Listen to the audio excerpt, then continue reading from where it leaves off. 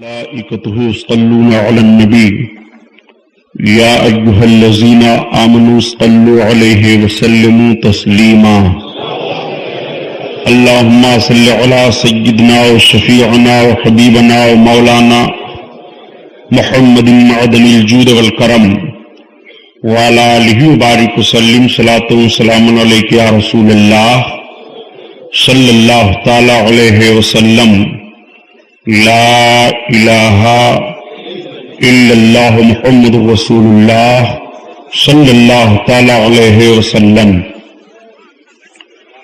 الحمدللہ رب العالمین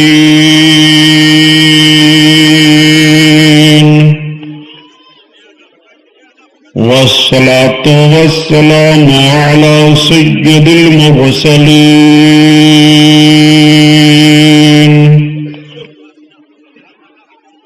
وعلى آلہ الطاہرین واصحابہ المطہرین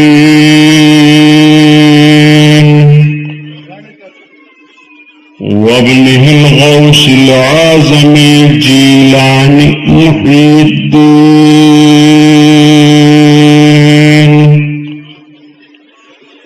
وأهل بيته أجمعين أما بعد فأعوذ بالله من الشيطان الرجيم بسم الله الرحمن الرحيم قال الله تعالى في القرآن العظيم الفرقان الحميد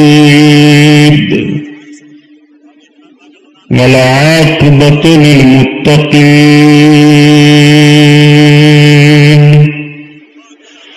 صدق الله البصير القدير وصدق رسوله البشير النذير والحمد لله رب العالمين۔